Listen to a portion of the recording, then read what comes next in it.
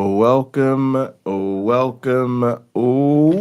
everybody to another edition of Hot Program. I am your host with the most, all the way from the East Coast. And as always, folks, I am in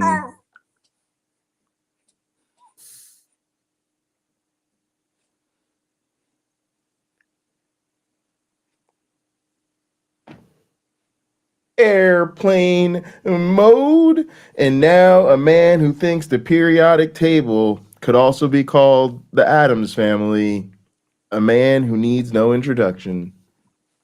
That was a good one. Thank you so much. It could be on a shirt. I might have to do that one day. Oh, and now a baby who needs a nap badly. A little baby. A little baby. Yeah, she I'd love to tell you like something she does every week or something she learns every week, but I don't know. This last 7 days have been kind of status quo. But something I can say for her is that when I'm changing her diaper, she maneuvers herself so that the diaper can slide underneath her. So I think that's pretty good. She knows what's going on. Another thing I encourage parents to do with their newborns is burp.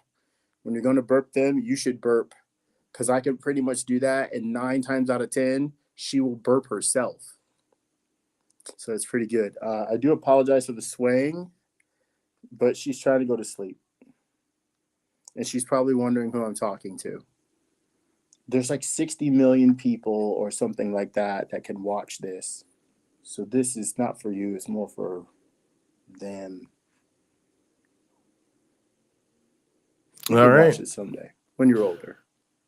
All right. Well, today, y'all, we're going to be talking about a very fun topic, but also something that's kind of serious. So we're talking about Christians and pornography. Can you mute? Yeah, you got to mute when the baby's crying.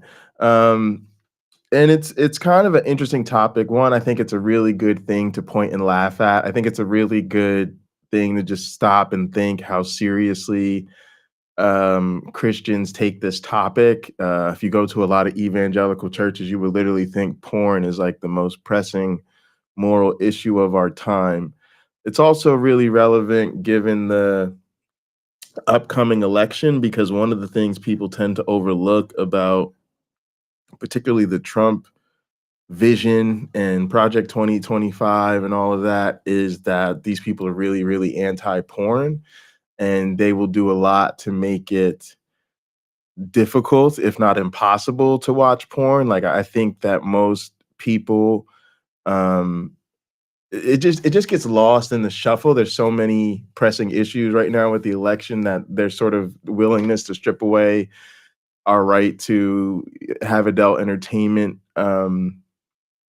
just gets kind of lost in the sauce. And then the other thing is to really talk about the blatant hypocrisy of a lot of their attitudes. So for instance, you have Ryan Garcia, who famous boxer. He's crazy and weird and a bigot and an asshole and just kind of overall a self-centered jerk. Surprise, surprise.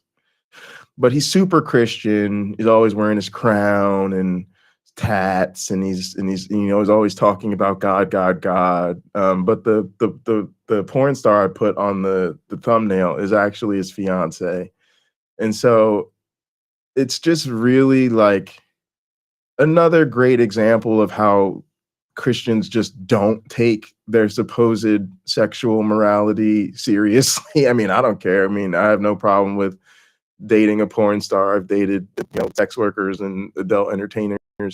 I have no problem with it, but it's the blatant hypocrisy that on one hand, these people want to cry and weep about their porn addictions, but in reality, most of them would be happy to be in a relationship with a porn star.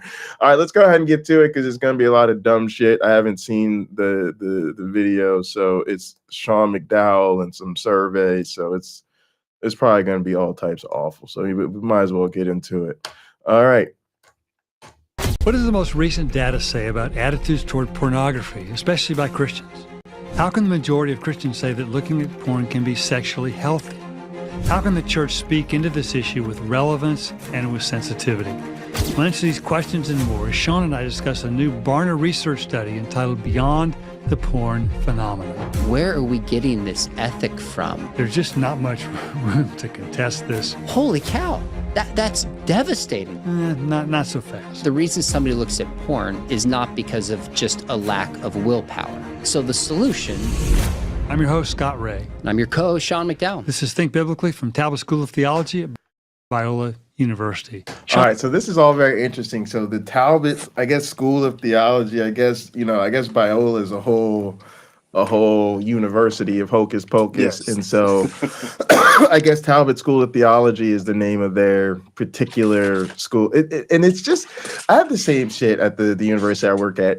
Catholics, you just need to shut up. You guys honestly just need to stay out of culture stuff. Like, you just have this ancient, outdated worldview, and you trying to make it relevant to modern life just sounds so silly.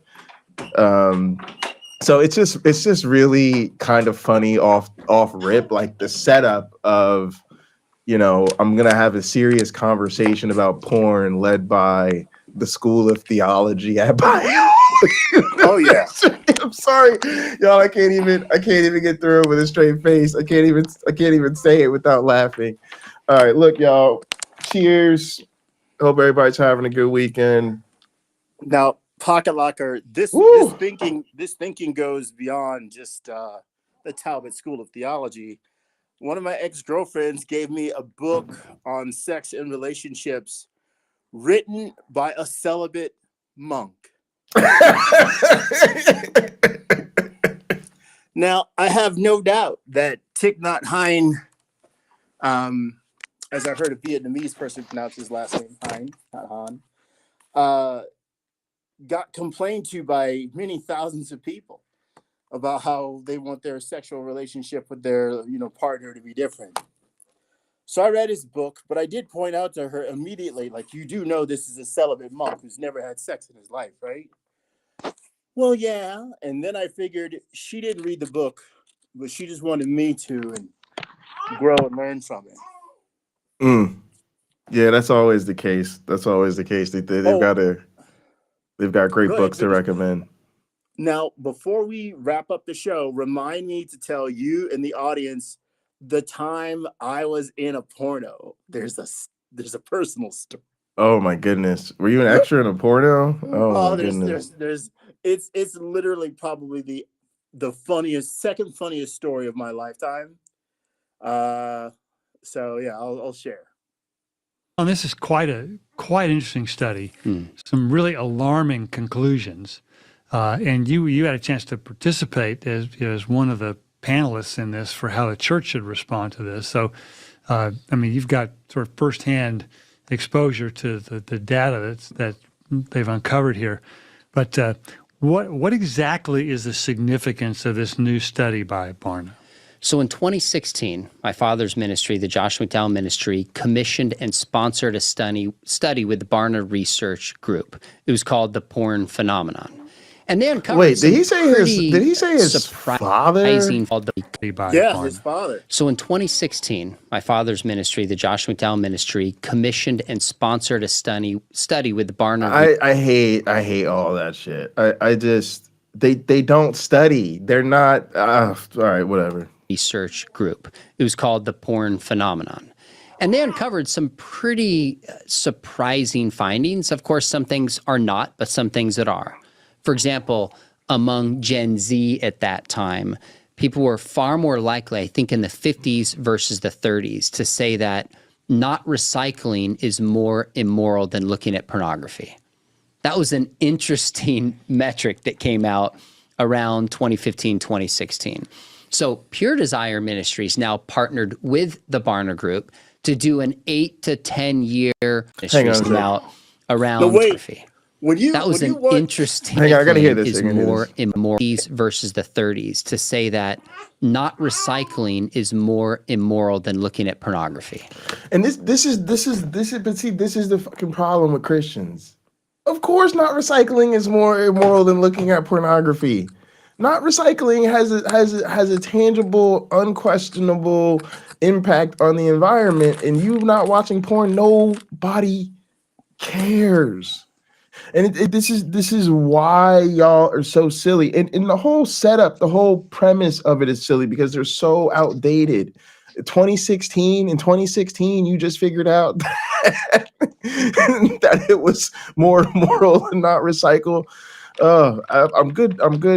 I'm actually slightly happy for the Christians that at least voted that way. At least there's some hope for these people. Well, if you're going to do a multi-year study on porn and get somebody else to fund it, you're telling me you really wanted to spend a lot of time watching porn. How long should it take? Look, it's time for us to vote, right? Many people already have voted. Election day is coming up on Tuesday. I've gotten so many text messages about, hey, vote for this person, this proposition, or this person can't be allowed to continue, their reign of terror on California, whatever. So if you realize it only takes just a moment to send something like that, just as it would take a moment to call people, I don't think you need 9 years. No, you don't. Even the baby had something to say about that. That was an interesting metric that came out around 2015, 2016.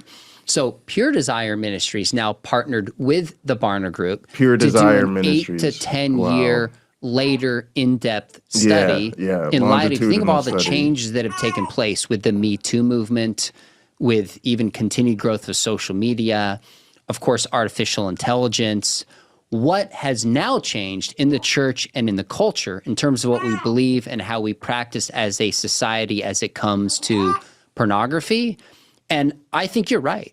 I try to not use words like stunning and alarming because everything is stunning and alarming today to get clicks. This is one, there are a few things that I have a hard time believing are true. I'm not saying I doubt the data. I'm just saying I can't believe this is so jarring. We need to wake up and respond to this. So if just really help for our viewers and listeners here who may not have time to read this or wade through all the details, what's your at the high level here? What do you think is the main takeaway from this? By the way, I do hope people will get a copy and read it. It's very readable. It's not that long. I think every pastor needs to read it. I think every youth pastor needs to read it. Absolutely. I think there's that level of data. It's so weird. It's so weird. Just watch some porn. Just go watch some porn and enjoy, y'all. This is so weird. Every pastor needs to read it. Either every youth pastor needs to read it because it's like it's like they need to read it so that they can be up in arms, so that they can be alarmed, so that they can be even more alarmist about porn. You need to read it so that you understand what's going on. Look, you don't need. Look, I could tell you what's going on. People watch porn. Period. Religious people, non-religious people, and I hate to say this, Christians, y'all need to watch porn because I'm gonna give you another issue that comes up with this that nobody wants to talk about, but I'm gonna tell you here on Hot Program. Christians can't fuck. I said it. I said what I said. I'm not taking it back. I said what I said. They can't fuck. First off, most of them are just not well endowed. Let's just keep it real. Most of them have a really misogynist attitude in life. Like literally, they probably can't find the clitoris. They probably think the G-spot is a myth. Right? There's a lot of them that literally only have sex in missionary position. You think I'm fucking playing? Let a woman try to bend over, get some in the shower, let her try to get on top, let her try to pull him onto her over the side. This motherfucker will jujitsu a bitch just to get back to that missionary because that's the only ordained position. And so as a result, most of y'all ain't got no stamina. You can't try nothing. You don't have no ideas. You don't know how sex toys work. You literally, I could hand you a butt plug, a dildo, a clit stimulator, a G-spot stimulator. They won't know the difference. They literally won't know which one is which. You can't fuck. And like anything else in life, Like if you tell me, hey Jay, I really want you to play a song for me at my anniversary. Okay, what's the song? The song's James Taylor, Fire and Ice or some shit like that. The song is fucking Santana, Smooth. You know what I'm gonna do? I'm gonna find the original record. I'm gonna find the concert footage. And when I play at your event, my shit gonna be tight. And you'll be like, damn, Jay, you played that shit perfectly. How'd you do that? I watched the professionals. I watched the professionals and then emulated the professionals. See, now I know the professional do it. They pay him, they clap, everybody stands, everybody goes, oh my goodness, that was so great. So I go, if I do what that professional did, I'll at least create the same type of sonic experience on drums. That makes sense? Duh, that's the basics, right? Christians, that's why you can't fuck, because you don't watch the professionals. And when you do, you're not emulating what they're doing. So I'm just telling y'all right now, you can't fuck. And so you need to watch more porn. This is the way it is. And some of the 30,000-foot takeaway is basically from Oh, go ahead. I'm trying to calm her down. Ladies and gentlemen, the views expressed by Pocket Locker 86 are not necessarily the views of Hot Programs, my one black friend, or Hot Programs affiliates and business partners. I'm gonna mute myself now. They don't know how to please a woman for sure. Being a Christian woman is having no orgasms and being forced to like it. Exactly. And then they have the audacity to turn around and brag and act like the rest of us don't have Jesus in the bedroom. So our sex lives are really the ones that are lacking. I wish a Christian would. Years ago, in every demographic, you do make the point whether that it's Jesus racially or watching.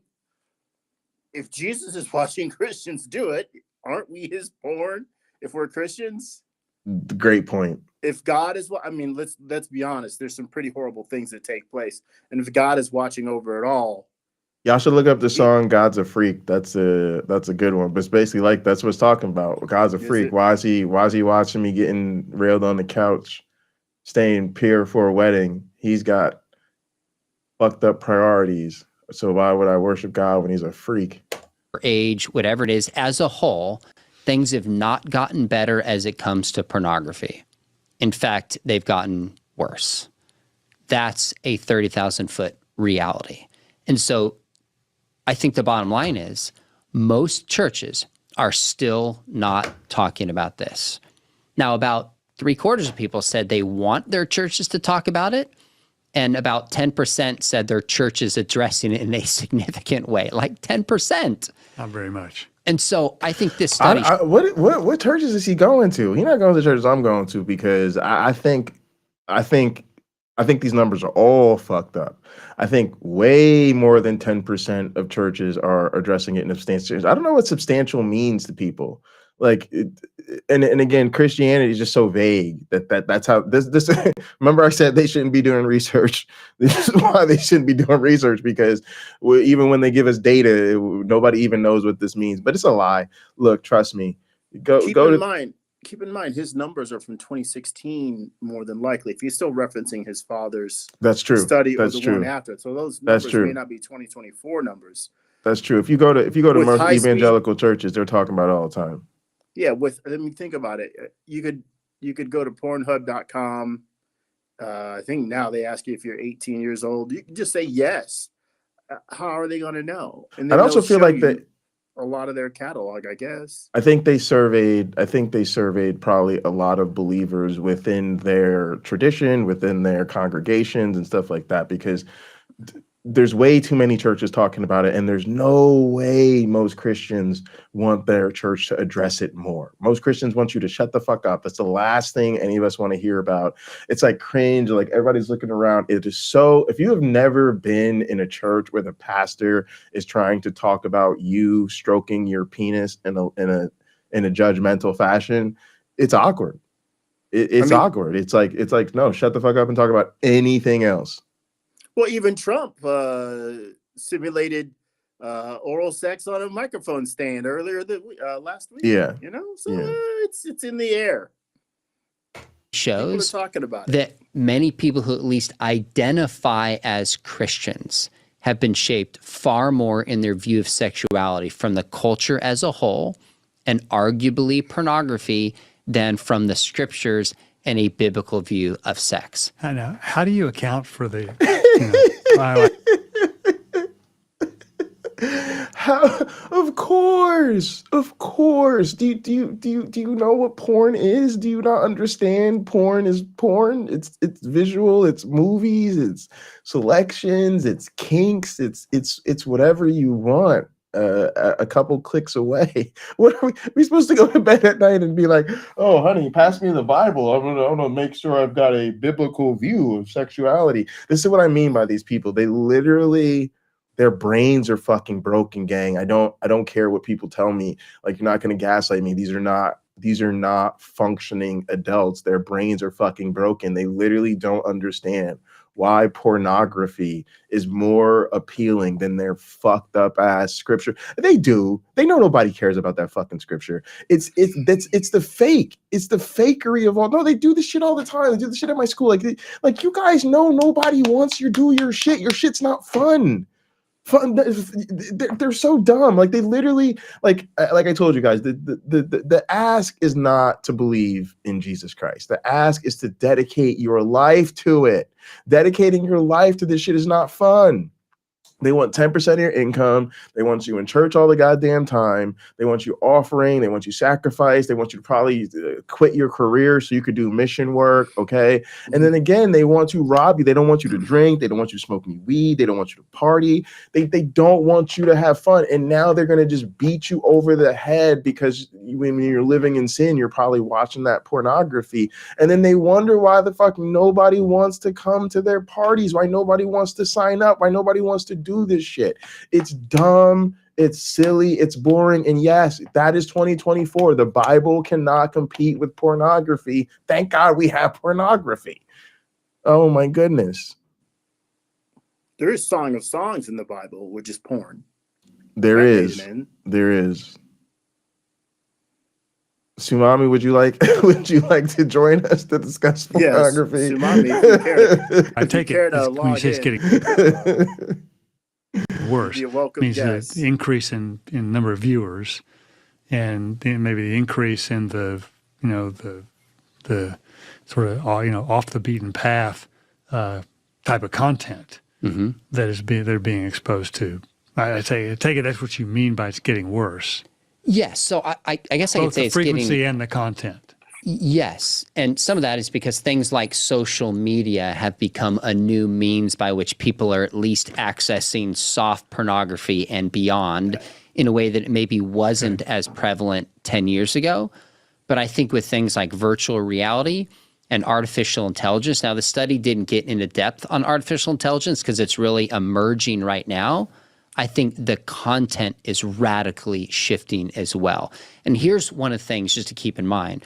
And we talked about this when we had Christopher Lind on a while ago. So it's really not like, I don't know. Like, yeah, social media is not really the best way to get porn. It's crazy that they don't even like know this, but it's more like you can access porn through social media. Okay.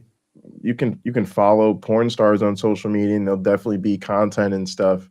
But the notion that this is like radically changing things relative to 2016, I don't know, because what do they mean, y'all? When they say rapidly changing, I think they mean things are not like they were in the 60s or the 70s. I just don't know. I don't know. Maybe someone who's been exposed, but I don't see, it's not like there are new categories coming up. Or I think I can go back to something you said, Pocket Locker, and something I've reiterated since my child was born. Parents don't always have the hold on their children that they think they do. Now, imagine a person can now have porn in their pocket. It's when they want to see it 24/7. They could be on an airplane, just throw a blanket over their head and their earbuds in and watch porn. They could be sitting in the back of the church and watch porn. yeah, but that's what I'm saying about them being so weird and out of touch. It's been that way for a really, really long time. And most people don't do those things. If they do those things, we say they have porn addiction. Like there was a guy who was a student at Michigan State Law School and he got caught watching porn in class. Like if you can't make it through class You can't make it through this 50-minute lecture without whipping it out and going and pulling up adult content in the court. Then yeah, that's probably an issue. But again, like, try that on the plane, see how well it goes. Nobody's gonna sit there and let you jerk off on the plane. Like that's you're gonna be escorted off the plane quickly. So it's just like, yeah, that's how it is. And yeah, I agree with you. Sean McDowell's fucking out of touch. That's my point. And I get so sick of the fucking hero worship with these people. Even within the atheist community, I am so sick of people telling me how Sean McDowell is smart and he's with it and he's a really good, like, no, he's a fucking idiot. Out of touch. He's a creep. And this just shows it. I don't know why. I have a theory. My theory is white guy said a thing. That's how I feel in this community so many times. I feel like white guy said a thing, and as soon as white guy says a thing, all the white guys in the atheist community are like, well, he was a really genuine interlocutor. He's really smart. I'd really like to be friends with him. I think he's better than I just think he's. And I'm just like, y'all just don't have any smoke. It's just white guy says a thing. That just seems to be what it takes. That's the bar. That seems to be the bar. White guy says a thing, all of a sudden it's brilliant, it's smart, it's insightful. Like, it's crazy to me. Mm-hmm. Well, I think another thing why this might be coming up is it hit home for someone, right? Sean McDowell has children. This other guy might have children. I don't know. But now maybe they're dealing, one of them or both, or someone that produces their show is dealing with this in the home. And they feel it would be great to share the message of what the state of things is on a wide basis.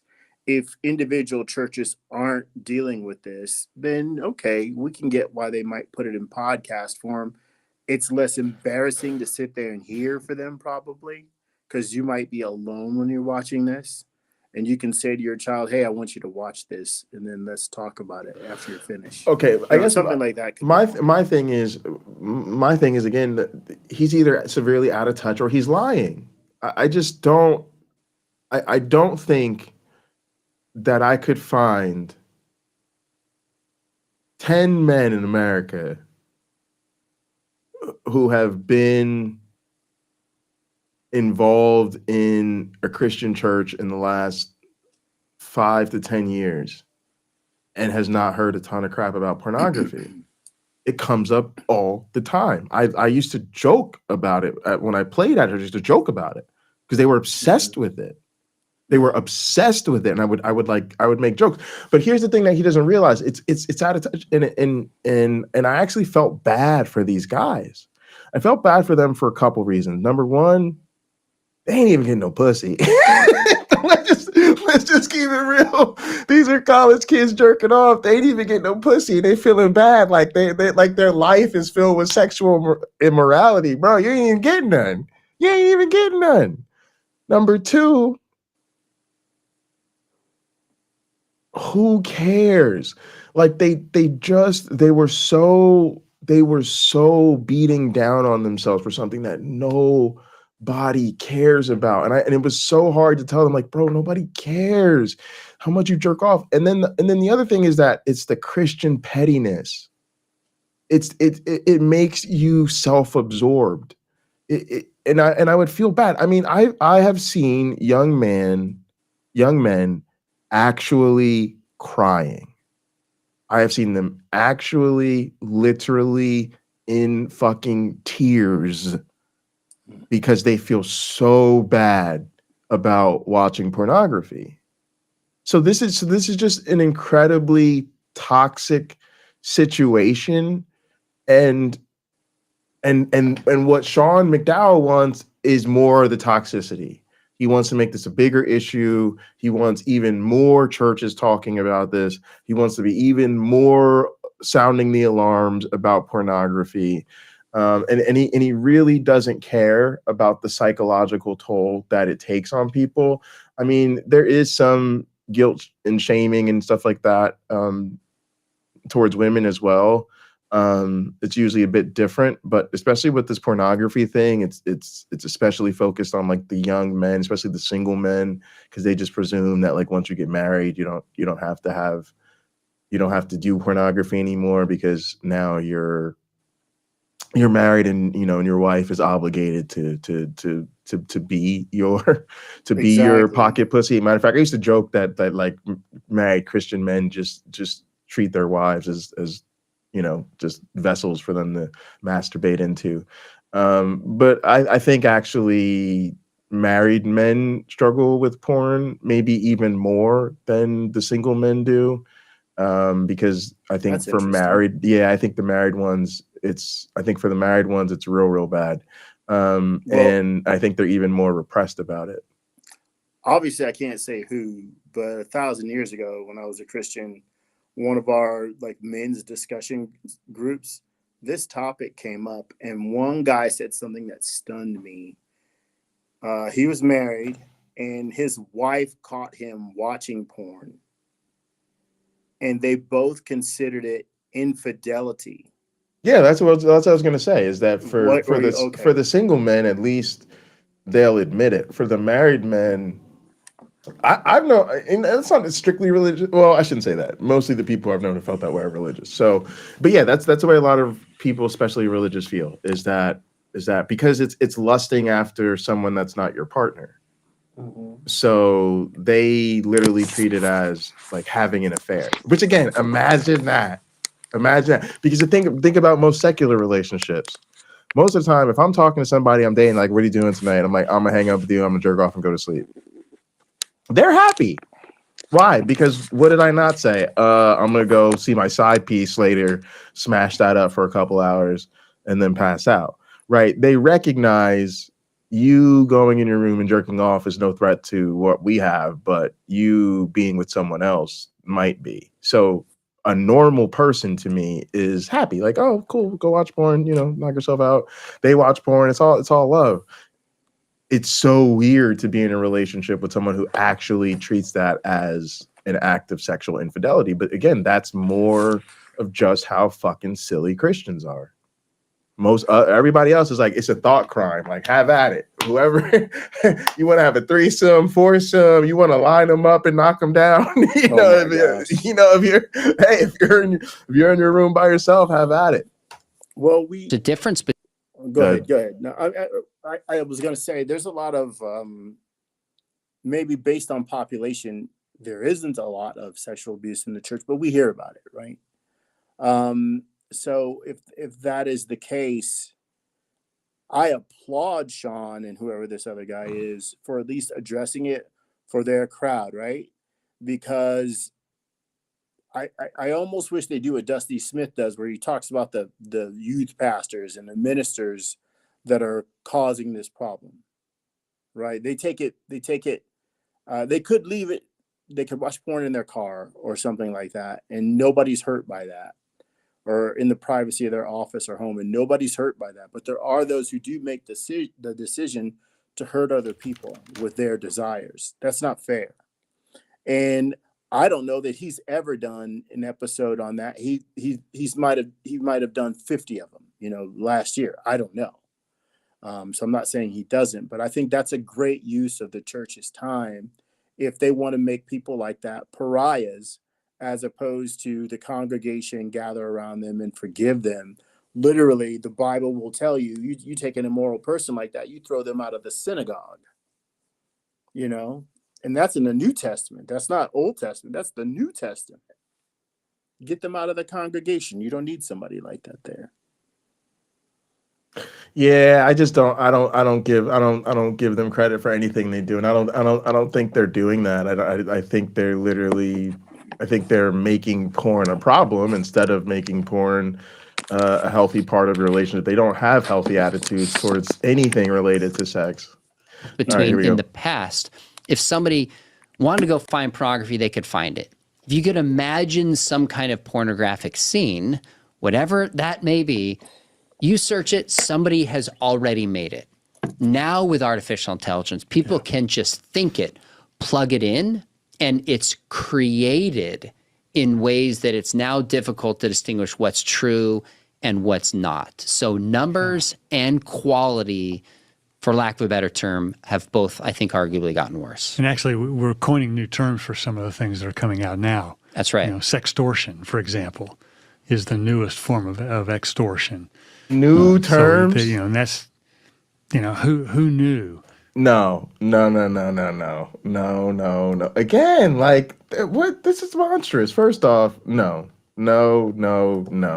There's literally nothing new about this at all. Okay, but let's also be clear about what they're doing when they do this. This is apologia for rapists and predators, right? This is the, well, I have my doubts about all the allegations against Diddy. I dismiss the accusations against Donald Trump because these women were just trying to get a payday. You know, these are the same types that want to welcome Andrew Tate into their circle and make excuses for Russell Brand. That's all this is. This is let's make up a new word and pretend this is a new phenomenon because it's happening to me and the people I like. That's what the fuck that is. It's a bunch of bullshit is what it is. Well, I like what Sal has written. Why they're wasting so much time on normal sexual relief when they have pedos and predators in their midst. Well, no, because they want to blame women. That's not the problem. The problem isn't the predators. The problem isn't the rape. The problem is the women who want to use their sexual history with these powerful people to exploit them. Well, it's not always, you know, women aren't always the victim. I know. I'm just saying that's where they're coming from, though. Oh, okay. Deep fakes that would be putting people's faces on sexual images with the kind of frequency that's happening now. That's right. Yeah. All right. Are there any positive takeaways from this? Oh, so that's an interesting question. I would say positive takeaway is that there's at least a number of Christians who want churches to address this. That's positive. That's least some positive. People saying we need help. It's the elephant in the room that we're not addressing. We're also seeing on positive takeaways, let me see if I can find this right here, related to Gen Z, a really interesting potential shift that's here, potentially. The study says Gen Z are slightly more inclined to perceive porn as bad for society, with half expressing the sentiment in contrast to 40%, 2 in 5 of millennials. That's a 10% jump. Mm-hmm. So they said, you know, it could be that we are gathering momentum for a pendulum swing back to a more critical stance. No, we're not. I think it's likely two things. Number one, they're young. And when you're young, you're more under the influence of religion, right? It's like measuring the religiosity of the freshman class and saying that religion is growing because freshmen are highly religious. No, actually, freshmen being highly religious suggests that they literally just left the nest. You're basically measuring high school graduates. You're measuring them like who their parents raised them to be to this point. And so, yeah, like they haven't found their adult identity yet. And so, yeah, they're just going to be repeating the values they were taught. And given that, again, the modern evangelical church talks about porn all the goddamn time and is obsessed with it, you have students that are going to have that attitude. They're also just more likely to say what they think you want them to hear. And I'm pretty sure they know what a study from the McDowell fucking bullshit Institute of Sex wants to hear. And then the other thing is that they're dealing with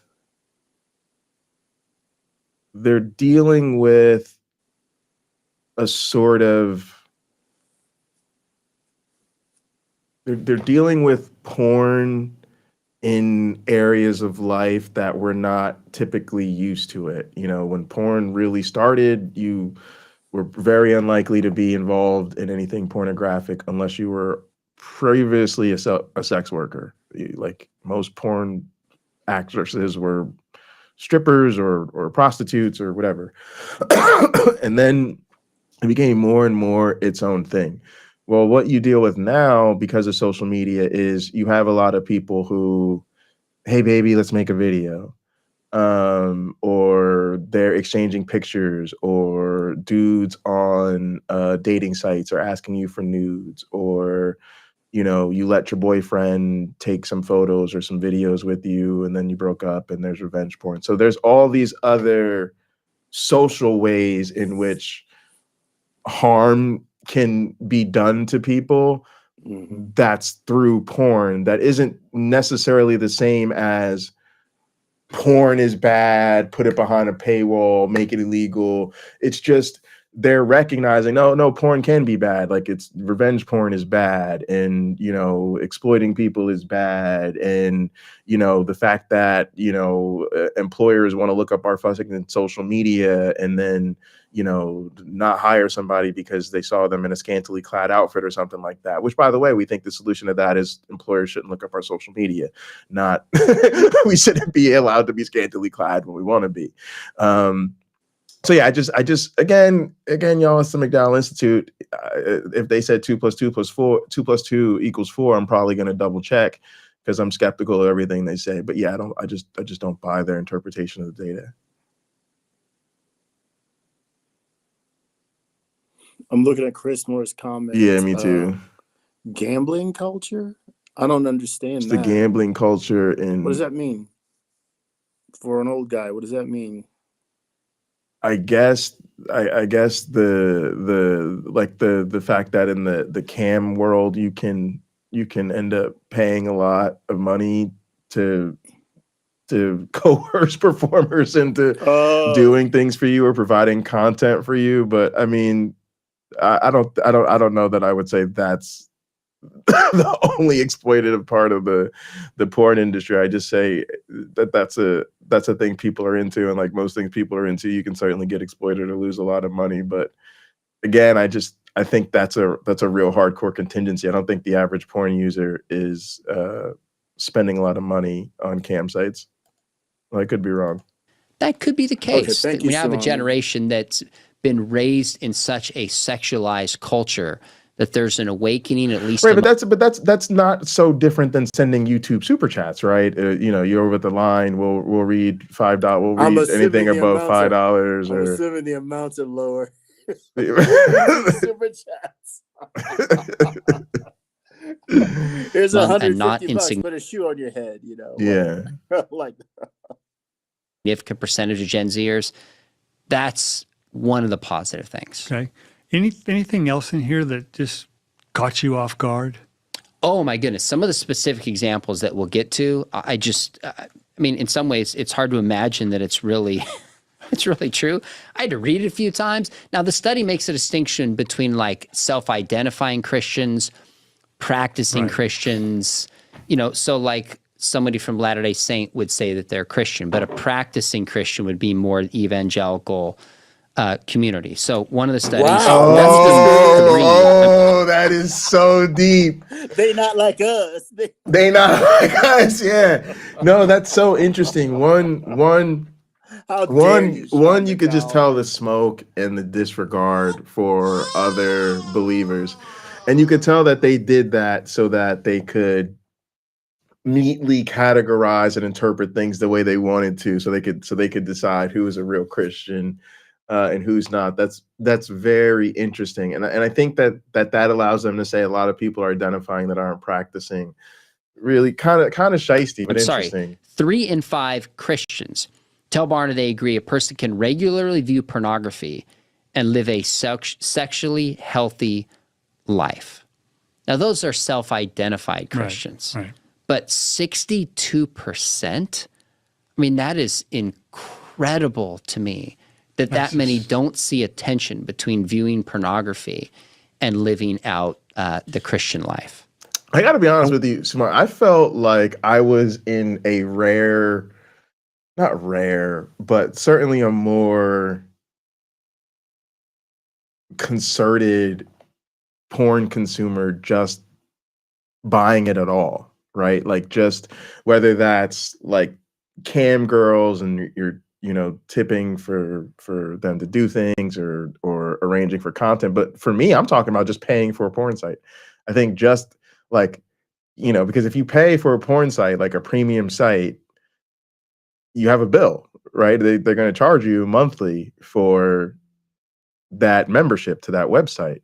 And I felt like that was hardcore because you have a porn bill. So like how many people have a porn bill, right? So I'm just saying, like, it's interesting. Like I don't think the average Sunday morning Christian who watches porn is super hardcore. To your point, they're probably a casual person. They probably watch mostly free porn most of the time, like most people. And yeah, maybe once in a while they'll splurge on something that makes them feel special or is a little premium content. But who knows? I have known some Christians who say they were addicted to porn. I think it's questionable, but I think for a lot of them, spending money on it was the indicator for them that it had gone too far or that it was a big problem. Whereas for me, it was just more like, actually, you get a little bit of money in your pocket. You want the good content, and technically that's the most ethical way to consume it. You should pay for it. So again, for me, I know the church would see it as, oh my God, you're spending money on porn, you must super be addicted. But for a lot of people, it's like, I realize I'm paying for a performance. I know free porn is not really the way it should be consumed. So I pay for it the same way I pay for my dinner and I pay for my ticket to see the movie. I wonder if they just see a tension between viewing pornography and their spiritual formation as opposed to viewing pornography in their sex life. Is that a possibility? So this study doesn't probe down into, and I would like to know why there's that bifurcation. No, I got that impression too, Jedi. That's the question that just sort of screams out at you.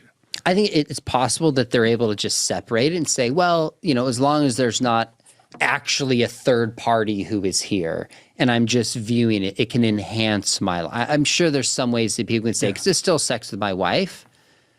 But still, I'm going, where are we getting this ethic from? Yeah. And I think there could be other things that are contributing to it as well. Like we've just become so desensitized in such a pornified society It's that ubiquitous. even Christians don't see that many times. All right, so let's.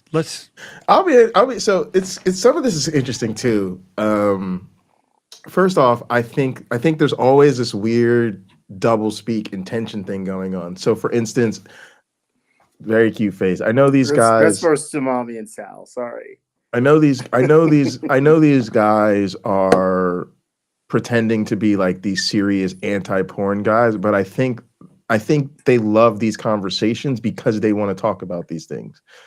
Christians want to touch the hot topic. They want to talk about the interesting carnal topics the way anybody else does, but they have to do some holy sacred chastising to give themselves permission to participate in the conversation. So this is very interesting. Anytime you watch Christians covering sex, politics, celebrity gossip, any of these things, it's very clear that they want to get into it. They just have to like do a whole bunch of hand waving about religion to make themselves feel like they can participate. And then the other thing is it's just like it's just such a weird stance. Like I don't know if I'd go as far as to say we have a pornified society. These things have just been around forever. But I will say things that, like, for instance, for me, like, I don't need to see a ton of overtly sexual scenes when I see a movie. Like, I don't like you can like I can go, the couple's having dinner, there's the chemistry is building, maybe there's some hand holding or a leg rub or something on the way home, skip to, I don't know, them making out as they're like entering the apartment, and then skip to the morning after. Like I get it. I can fill in the blanks. I saw them escalating. I know where that went. They woke up next to each other. the morning after, like, let's continue the story. Yeah, I felt that Game of Thrones and the House of Dragons or whatever it's called. I thought that was ruined by how much sex that were in there. Like, look, folks, we're gonna watch anyway. You don't need to put any of this in there. This is generally compelling storytelling, and it's generally well written. We don't need to see this. Yeah. I felt like it got in the way of what they were doing, but to me, that's some largely people because always I have porn and I have a healthy attitude about porn. If I want to see a pornographic interaction, I will just go watch porn. And I think it's very telling to me that you see a lot of people who don't have healthy attitudes about porn and they're obsessed with sex scenes. I've even dated people like this, and I'm like, babe, like, just watch some porn. Like, these sex scenes are like not even good porn. So I don't think, like, why are you so into them? But yeah, she was like the one, like, I could never skip a sex scene. Like, she just loved the good steamy sex scene. I was just like, I watch enough porn. I'm like, skip it. I don't need it. But yeah, it's just interesting to see these guys freak out. The other thing I wanted to mention is that this is how Christians are about everything. We're having this conversation about porn, but if we really were to have the conversation, they should be having this conversation about violence and why and what's up with all the action movies, what's up with all the guns, and it's like a similar thing. I think they think that a lot of that stuff is sinful. And I think if you're really going to be serious about your Christian walk, you got to accept that they don't going to accept anything. They're not going to accept you reading romance novels. They're not going to accept you, watching action movies. They're going to find the sin in whatever it is that you're doing.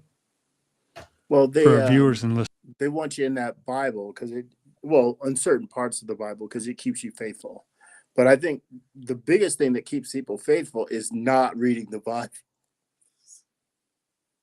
No, I didn't see it group, too. Go to church, stuff like that is great. And not reading the Bible is the cherry on the cake. It's not checking out what do the scriptures have to say about this, because I don't think they really care, Listeners, let's see if we can get a handle on how many people, Christian and non-Christians, view porn, and how significant is the porn industry? So this is a new stat I'm going to be using, or it's not really a stat. It just says in the US alone, the top 3 porn sites, which they don't mention, thank you, receive more web traffic annually than Netflix, Amazon, Pinterest, LinkedIn, and TikTok combined. Now, TikTok is so ubiquitous. That if it was sense. As much or more than that, it should be alarming. But you've got Amazon, Netflix, Dude, Pinterest. there are naked people on there having sex. On Hot ones. Yeah. Like, matter of fact, you usually have to be really attractive and perform really well sexually to kind of crack it into that business. That's kind of the barriers to entry for a lot of it. Don't get me wrong, there's some kinks of 2-minute men and micro penises and 30-second sex or whatever. But for most of us, we want hot people that can perform really well. What do you think? We're gonna drive more traffic to the CIA? I just don't know what he expects. I don't. Is this news to anybody else? Is anybody else surprised? And you're talking about web traffic, and it's more than all of them combined. I think it is far larger and more prevalent than we remotely understand in the church and outside of the church. So I don't think they need to, Robin. I think it is still a multi-billion-dollar industry. But yeah, I do think they have a lot lot of Robin wanted to see this that dwarfs a lot of other industries. In the U.S. alone. Now, here's one thing that might help.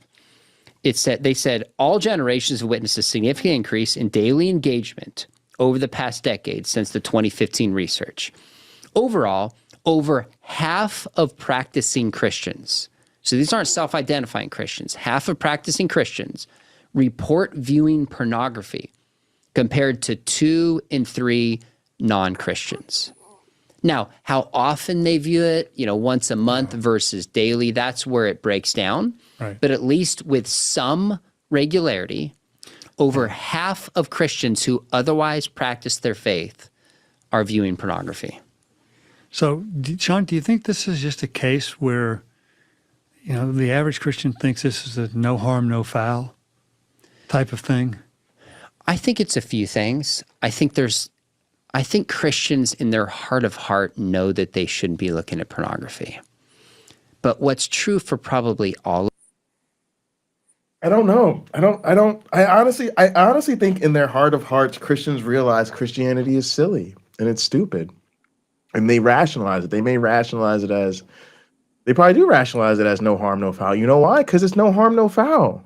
Nobody cares. It could be that it doesn't actually do any tangible, noticeable harm in the world, and that honestly nobody cares. I'm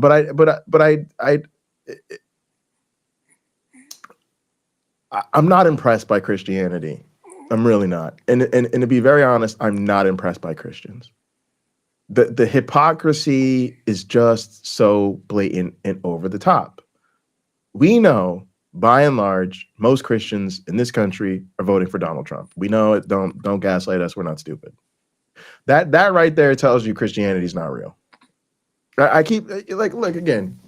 Christianity is not true. It's silly and it's stupid. Those are all good reasons to not be a Christian. But furthermore, the fact that Christians are never the example of how to treat people. Never. Gang, I literally have to adjust my expectations when it comes to Christians. When there are Christians in my life, I'm being so sincere. I expect them to do hurtful things to me. Think about that. I expect them to do hurtful things to me that are really shitty, that I'm going to, and I have to either say to myself, Jason, if you don't want Christians to do shitty things to you, don't have Christians in your life. But if you're going to continue to have Christians in your life who are going to act based on their Christian beliefs, you have to understand they're going to continue to be shitty people. I think there are tiers. By the way, thanks to Sumami, Sal, and Robin. And Sal, this baby's 6 weeks old. She's not even 6 weeks old. She's just big. But yeah, there are different tiers that you get with behaviors, right? Some have it really together, and they're very open and giving and loving and not at all judgmental, and try to check people when they see people being gossipy and judgmental. You have Christians like that. And then you have Christians like Trump, right? It's just a label they slap on there. Jesus would be like, I don't even know where to put you. That sort of thing. So there's a spectrum. But that's what I mean. When you say grab by the pussy, a lot of the Christian men you interview will say they wish they could do that.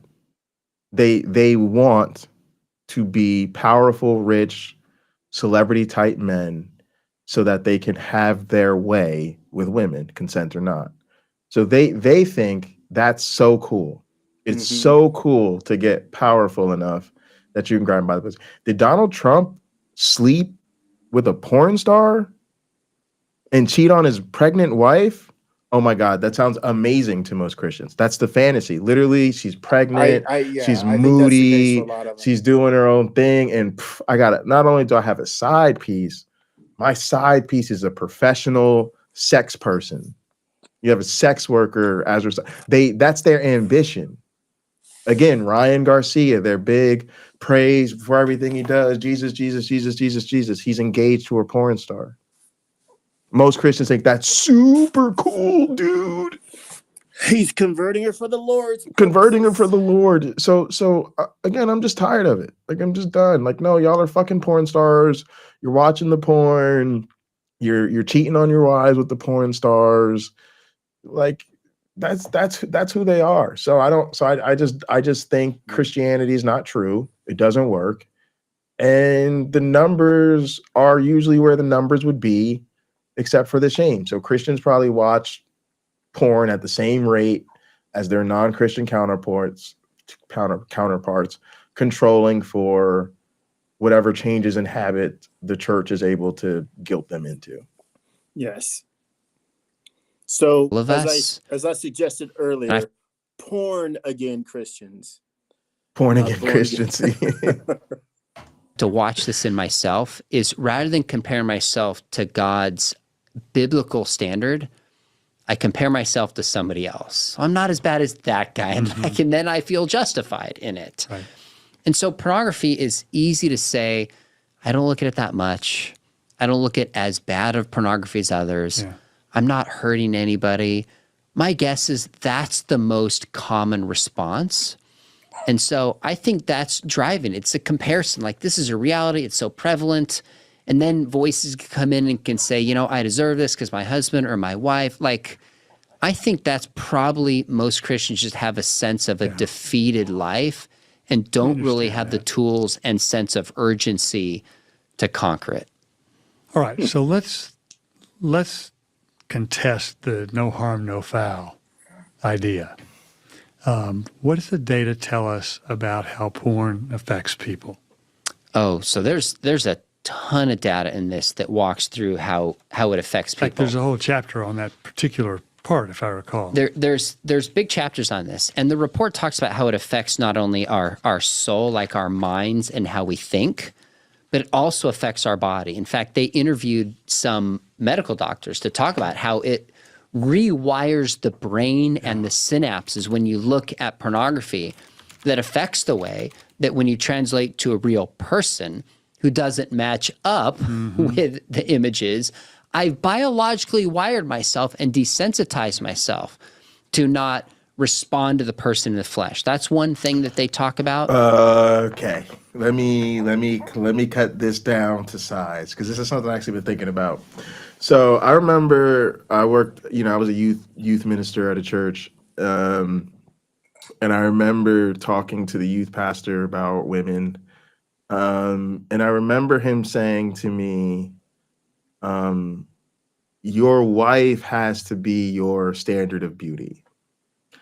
His thinking was basically like that was how you were going to be faithful to her. Like you needed to be faithful to her. You need to be motivated. And so if she was not your standard of beauty, that was going to be tough, right? Because you're more likely to be tempted because you're not properly invested in her.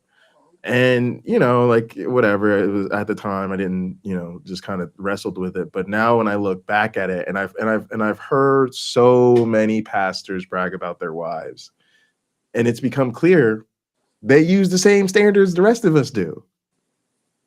So he's sitting there going, oh, well, the thing that's really bad about porn is going to give you these unhealthy expectations. Porn is going to show you women that are so good looking and so sexual, right?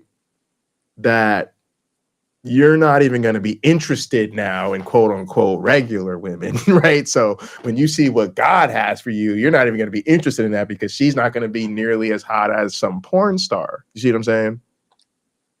But if you're already saying things like your wife needs to be your standard of beauty, you are already making decisions about your wife based on how attractive she is, just like the rest of us. So whether you're watching porn or not, right? It's not like that's what I'm trying to say. I'm trying to tear down this idea that they're like, oh, well, if you don't watch porn, then you're just going to be a loving man of God. And then whoever God has for you, you won't even care what she looks like as long as she reads the word of God. It's like, no, you are making decisions. You are making decisions based on about who you want to be with, based on how physically attractive you find your wife, just like the rest of us. Whether you were watching porn or not has nothing to do with it. Second of all, if you actually cared about procreation and sexual health and all of this stuff, the issue is when watching porn makes you disinterested in having sexual relations. The issue is I'm porning, and then my girlfriend calls, hey, you want to go to the movies night and I'll come over and spend the night afterwards? Nah, baby, I'm good. And then I'm porning. Hey, my friend and I want to come over and have a threesome. Are you down? No, I'm good. I'm tied up tonight. And then I'm porning. Okay. That's not how it works. And the fact that he keeps talking about it like that is more evidence of how out of touch and just ridiculous and antisocial they're being. The truth is, for the most part, people who watch porn have a healthier sexual appetite than people who don't. They're horny. They're horny people. That's why they're watching porn.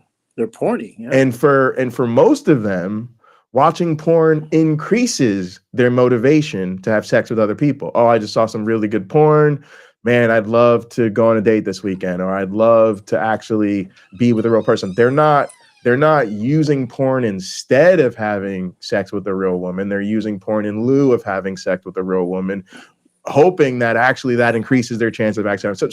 So again, he's just wrong about how porn works, wrong about who's watching it, wrong about what the consequences of watching it are, because again, he's a Christian and he has to fit it into his silly, dumb Christian narrative of God has one person for you and you will not appreciate that one person God has for you because you've been watching too many titty flicks.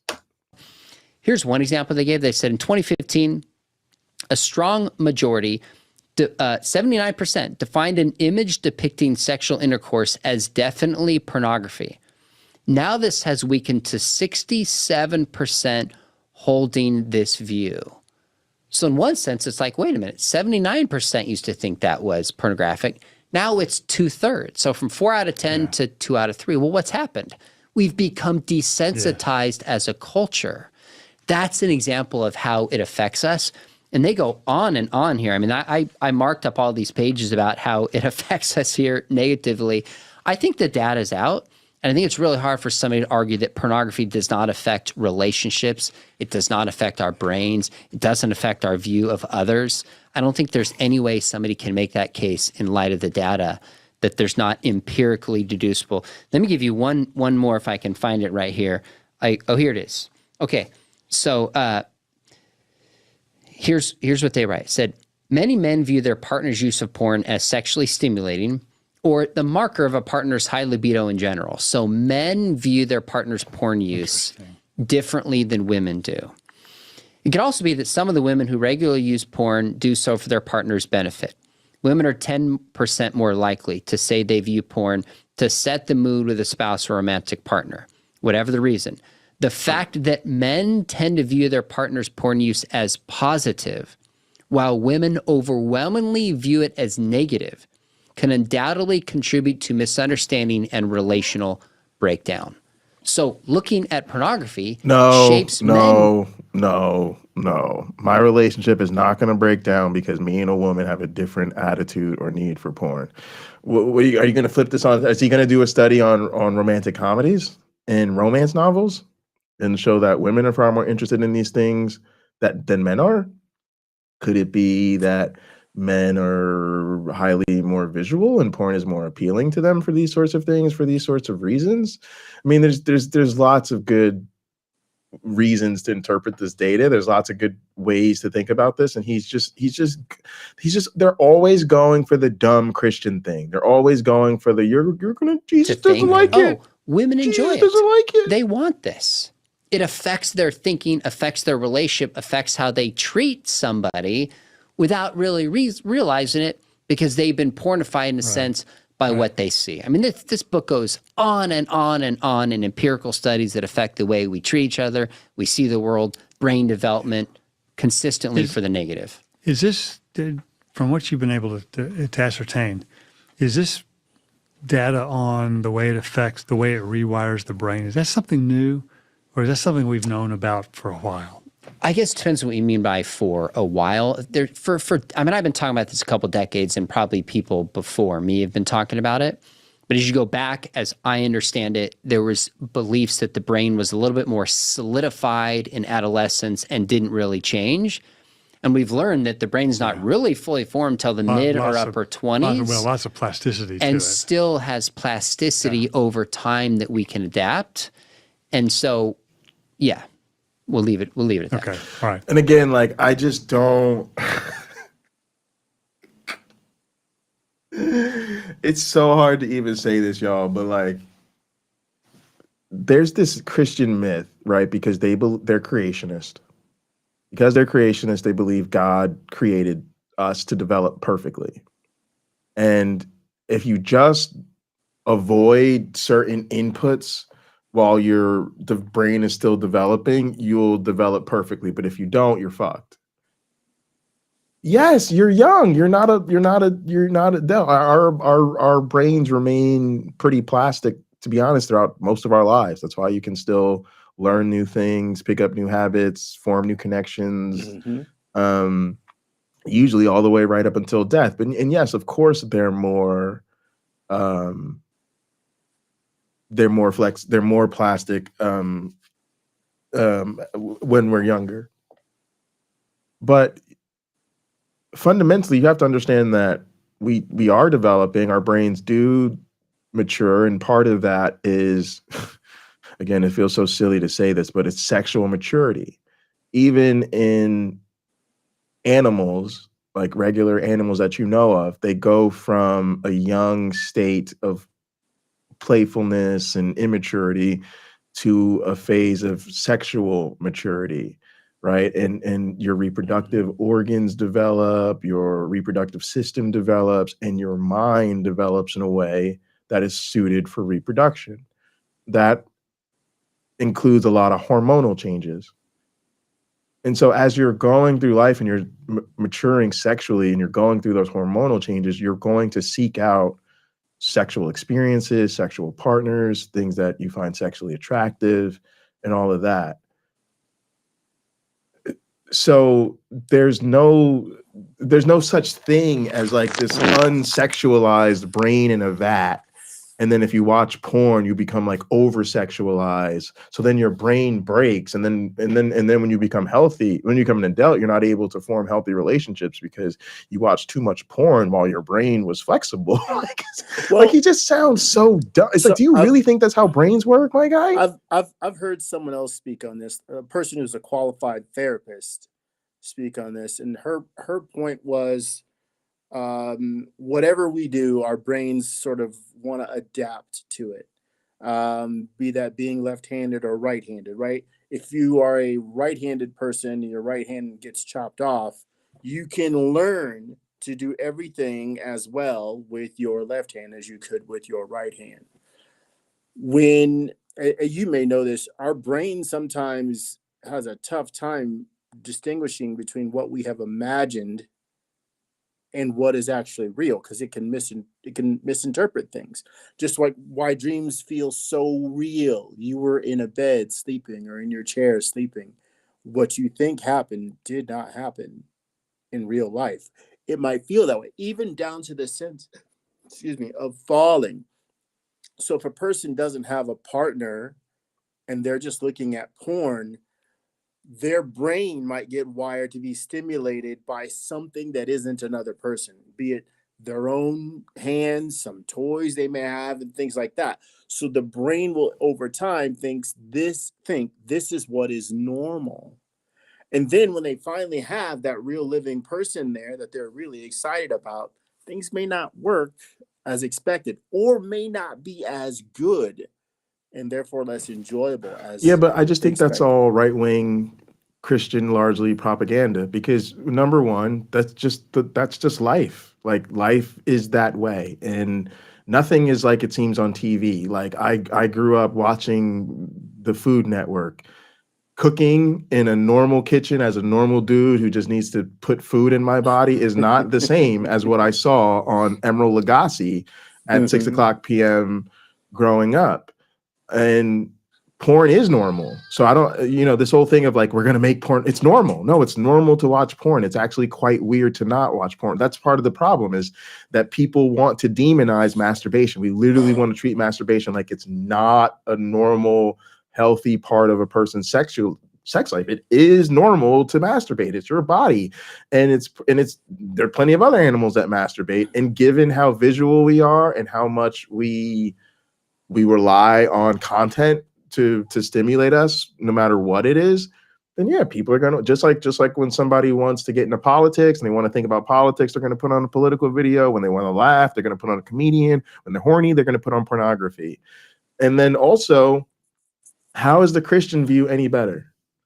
Right? Their view of don't date, don't marry, don't kiss anybody until you get married, and then once you get married, Jesus is going to come in and make your sex life amazing. Do you think that sets people up for success? Because I could tell you what it sets people up for. It sets people up, because I know people who waited till they were married to have sex, and they got super excited, and it turns out that the sex was painful, that their partner was abusive, that their partner had no interest in what they wanted or what they desired. And then I know people who stayed in those relationships for sometimes decades. So again, that's life. Life is, you were sold a bill of goods. You got all excited thinking that it was going to work out like magic, and it turns out there's no such thing as magic.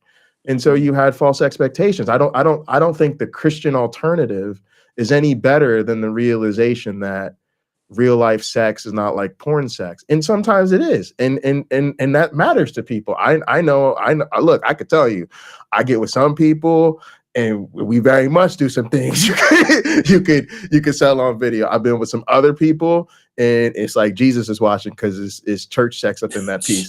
There is a difference, and that's part of sexual compatibility. I'm more sexually compatible with somebody who knows how to do something freaky once in a while, and the people who, you know, like, shit is real basic, like, that's a compatibility issue. I'm probably gonna leave. I'm probably not gonna be interested, like, because we're not compatible. Like, you don't do the freaky things I like, and other people do. So this is part of just coming to know who you are, and understanding that type of letdown or sort of disconnect between your expectations and what you got can happen in any situation, in any relationship, regardless of, you know, whether you're watching porn or not. And again, sometimes porn can be really, really helpful.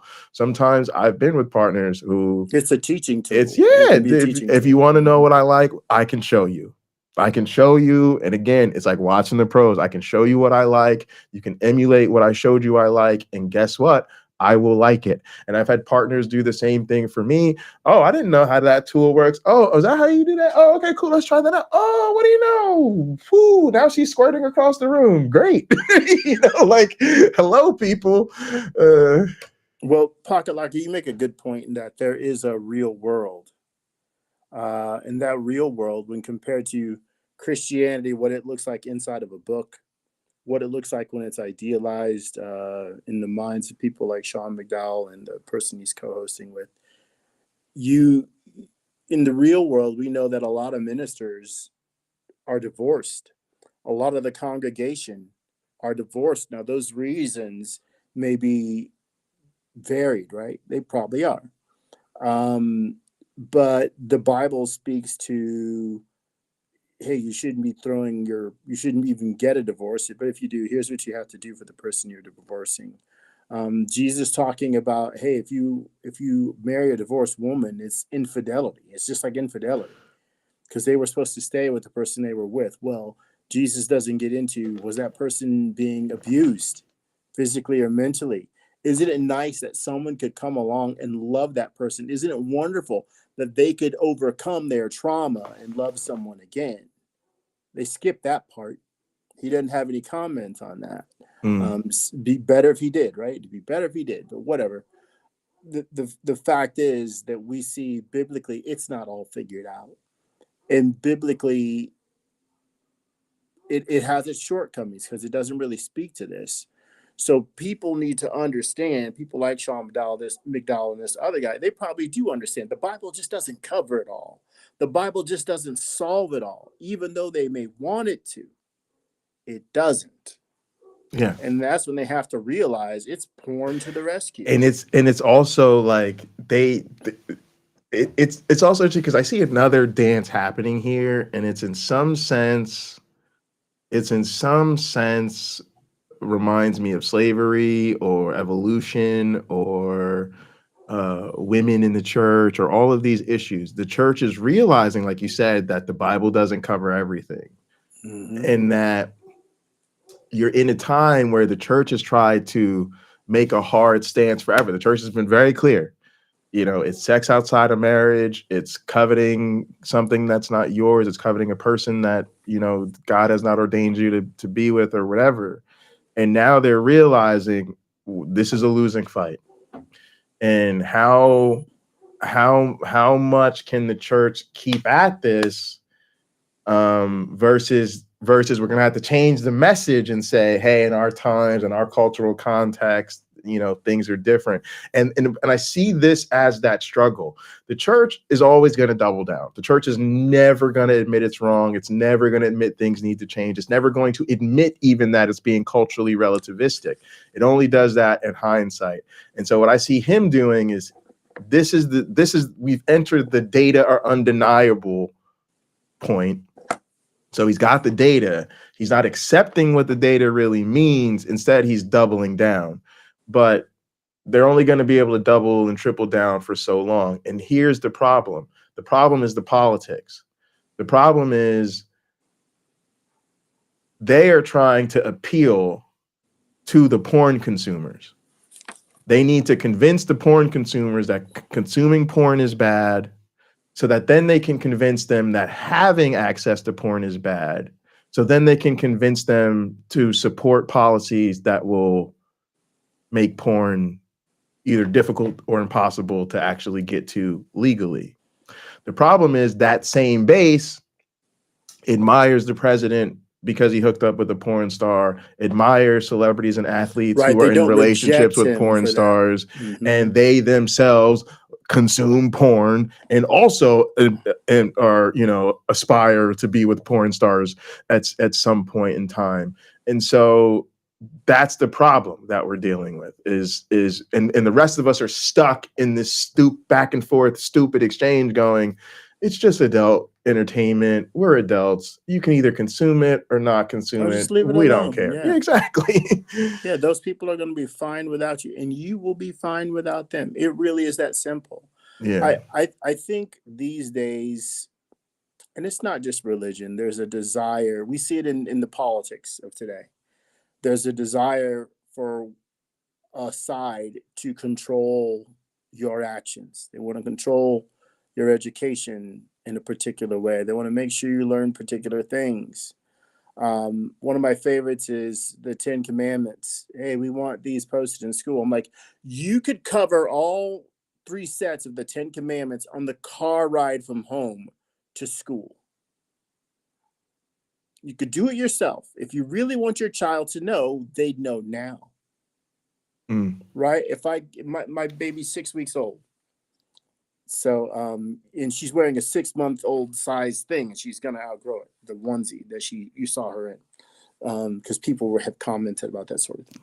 But if I wanted her to know the 10 Commandments, she would have had them read by now. I read her a Noah's Ark book. She's very fascinated by the pictures, yawned a lot. I don't think she was ready to hear a story. She was just ready to go to sleep. But that's something she knows about. I did tell her it was implausible, but we'll see. When she's 4 years old, she might see it, you know, and be so thrilled by it. Isn't this wonderful? Isn't it very exciting? And like, I can ask her, do you think it's true? So I think what people have to realize is if they've mismanaged their own life, or they've mismanaged their church, or they've mismanaged their office, they may not be the people we need to look to build a better future. It's not that they didn't learn anything. No, they have. They've failed. And honestly, I don't do the same like covering for like, no, they failed. They failed as major. And honestly, my main takeaway about this is they sound like children. They sound like children who don't understand adult entertainment. And they sound like children who don't understand adult entertainment because they think like children, because they are child. They have not failed. They have failed to fully mature. And honestly, I'm tired of cooperating with these people, and I'm real tired of their book. I don't think Noah's Ark is that great of a story. I think it's stupid. I think it's implausible. And it's ultimately a story about God drowning the world, like maybe for educational purposes when you're older. I just think we need to leave the Bible alone. I know this is something me and a lot of atheists disagree about, but it's just I know I don't believe the Bible. I don't believe the Bible, and I think it's a bad book. So I don't know. Like, if Christians can't function in any other way, then they're gonna have to find somebody else, because I just can't do it. I think the Sean McDowells and whoever this other guy is, I should have written down his name. I don't mean to be disrespectful. I think what they do realize is they are losing the battle. and the ship is sinking, if you will, and they want to try to keep things going as long as they can, and make things for as comfortable as many people as they can. So this is the band playing while the Titanic sinks. That's a great that's a perfect image.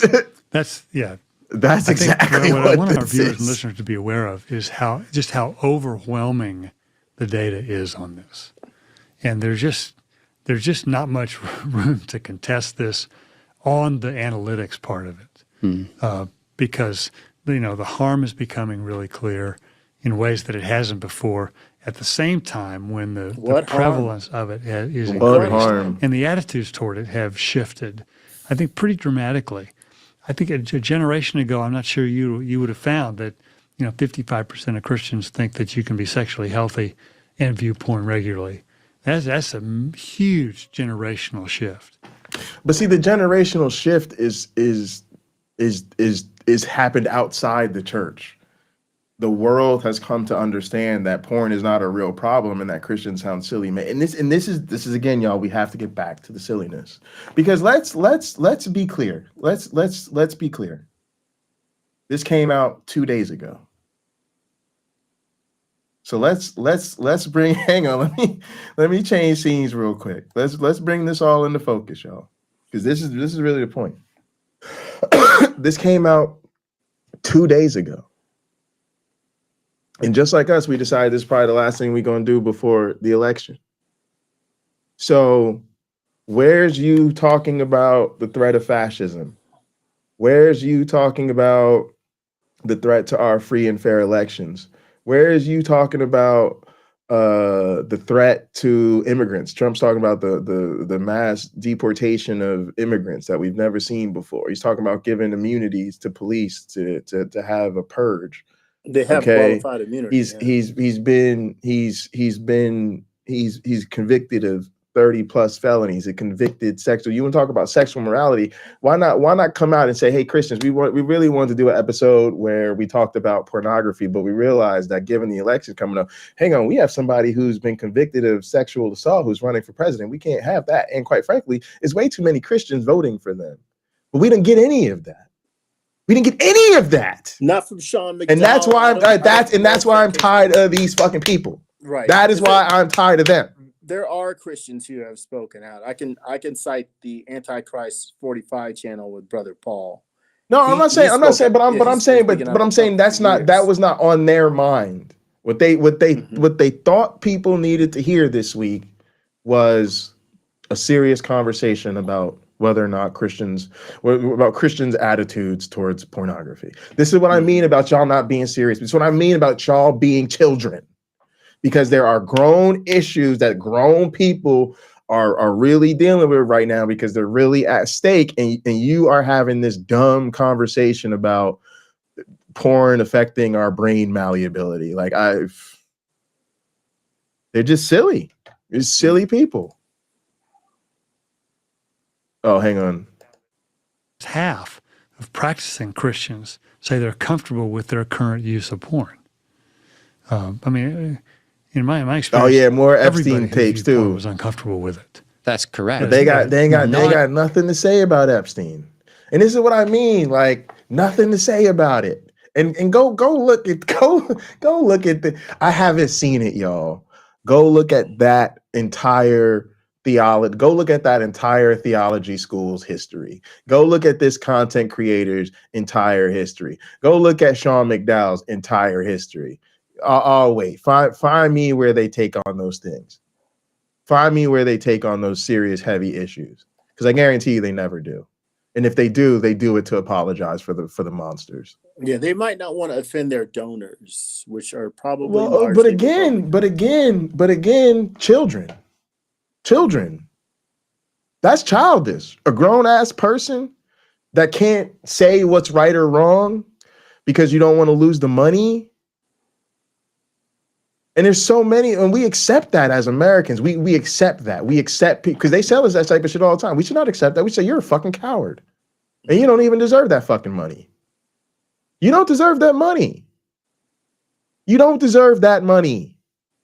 if somebody's giving me money, they're saying, Jay, I'm sending you the $10,000 super chats. I'm doing all this. All I need you to do is peddle this anti-Semitism. You know, all I need you to do is stop talking about the election and talk about the silly shit over here instead. You know, nobody would consider me a good person for taking that deal. People would say you're an asshole, you're a sellout, and why should we even watch it? You have no fucking integrity. But we don't step to people like this. Christianity is y'all, if you don't want to have any integrity, y'all, I swear you could just be a Christian. Just be a Christian, put on a little cross pin and you'll be good to go. Christian is going back. That's right.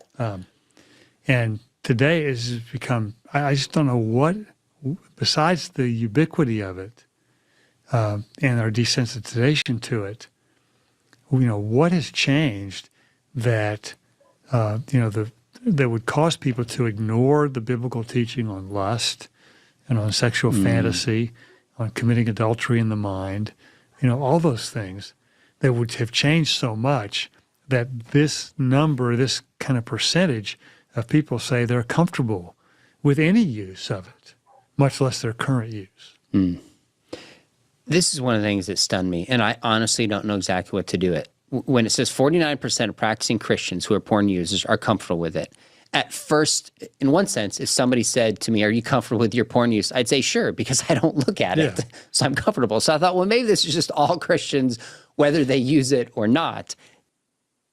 Hold on, let him finish his thought, because I think he's about to say something that's very revealing. All I just want to say is he's lying and he watches porn. Oh. He's lying and he watches porn. I don't believe him at all, not for a second. He is lying. He watches porn. Are you basically saying there's two kinds of people? Those who don't watch porn, people who watch porn and the blind? People, yes. Yes, exactly. Two groups. Look, listen. What I'm saying is there may be adult men who voluntarily don't watch porn. Matter of fact, I'm one of them men sometimes. What I'm saying is Sean McDowell is not. That is what I'm saying. He is not. He watches porn. This Absolutely. is specifically Christians who view pornography. Are users, yeah. So that tells me one thing that shifted a little bit is I said in their heart of hearts, a lot of Christians know that it's wrong. They're comfortable, like they're not motivated to change it. But I think maybe I need to ramp up a little bit so people really understand. Do you know how damaging pornography is to the spirit, to the soul, to society, to relationships?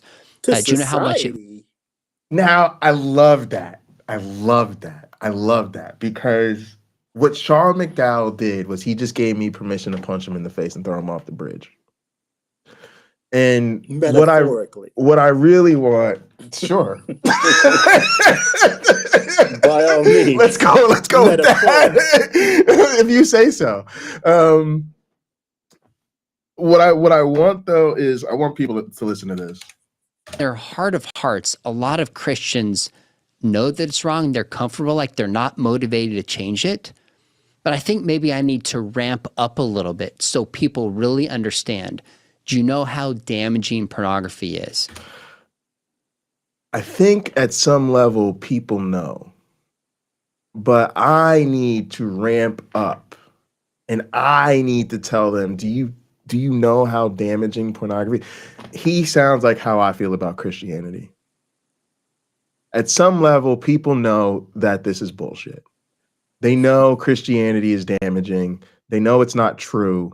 And they know that a lot of people are being harmed in the name of Christianity. But what I need is for the rest of us to ramp up and stop playing nice with this cult and tell people, do you know how damaging this really is? Do you know how untrue this really is? See, and see, this is the thing, because here's the problem. Christians have intestinal fortitude. Christians have a pair, y'all. Right? Even with all their anti-gay shit. What is it? Well, I love you enough to tell you that it's sin. I love you enough to tell you that you're wrong. How do y'all think we can fight back against Christianity if we don't have the same audacity? These people want the smoke. They love to pound their chest and say, when it's really real, no, I'm gonna tell you how I really feel. I'm gonna tell you what I really think. I'm gonna tell you how wrong you really are. And then we won't do the same. That is how the Overton window moves further and further to the right, and further towards theocracy, and further towards fascism. We have to have the same audacity they have. Oh, you got energy to tell people they're wrong and it's dangerous? I got the same energy to tell you you're wrong and you're dangerous. Pocket locker. I've been charging my iPad, but the battery's about to go. I have to give my wife a driving lesson. So, oh, yeah. All right. I would like to close. Can we close? Yeah. Okay. So I've actually read the chat more today than in any other episode. Thank you all for making it a lively discussion in there. So, okay, my story. So when I moved to Los Angeles back in 1996, I got a job working for Enterprise Rent-A-Car, and I started to meet lots of people in the entertainment industry. I mentioned probably to every customer I had that I was an actor and a writer, and I was really looking to make the big time. I was so optimistic. One of my customers was a porn producer, one could say. She was a director, not a producer, a director. And her friend said, you should put him in one of your movies. And this woman looked me over. Okay, give me your number. I'm going to have someone call you. I'll put you in a movie. I'm thrilled. I don't think I'd done any movie, any kind of movie, not even being an extra at that time. She says, someone will call you. So someone did call me. And he was a wardrobe guy. He says, tell me about the clothing you have. Okay, here's what I want you to wear. You're going to play a detective. Your name is Bruno. We'll send you a copy of the script. Send me a copy of the script. Well, the guy who told me he was going to do all this, he's getting my wardrobe details. He goes, yeah, we have to sometimes dip stockings in tea to dye them. Because he was talking about supplies he needed. And I thought, I can't imagine what they'll use that for, but whatever. These are people who make movies and TV shows. They know their stuff. I don't know any of this stuff. Okay. I'm given an address and a time to show up. They're even going to pay me for using my car. So I show up. I'm early. I'm all excited.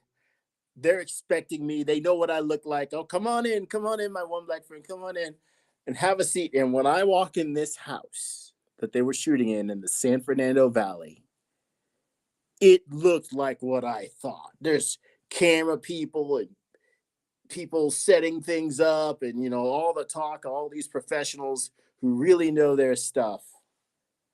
And then I see some people in some robes. Person hands me some paperwork to fill out. I sit down on a couch, start filling out paperwork. A lady sits down next to me, beautiful woman in a robe. Person sat down on my right side in a robe. And I'm seeing all these other people in robes. And I say, why is everyone wearing robes? And the woman sitting to my left, a very beautiful woman, said, did they tell you what kind of movie this is? And I started to get a little shake in my voice. And I go, oh, wow. No. She goes, oh, honey.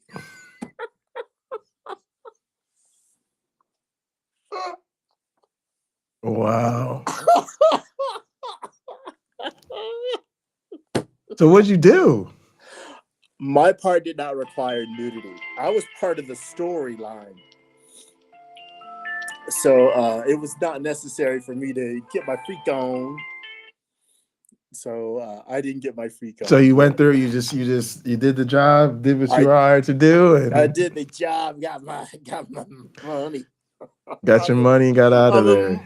I'm immortalized. Have you seen it? Have you seen it since then? I I was curious about it, and I actually did seek it out, and I saw probably because it came on one day on Cinemax, and I watched about, honestly, like 15 seconds, and I'm going, I'm not interested in this. I don't want to see any more of this. You know, it's, I don't know if they changed, if they edited it for that or something.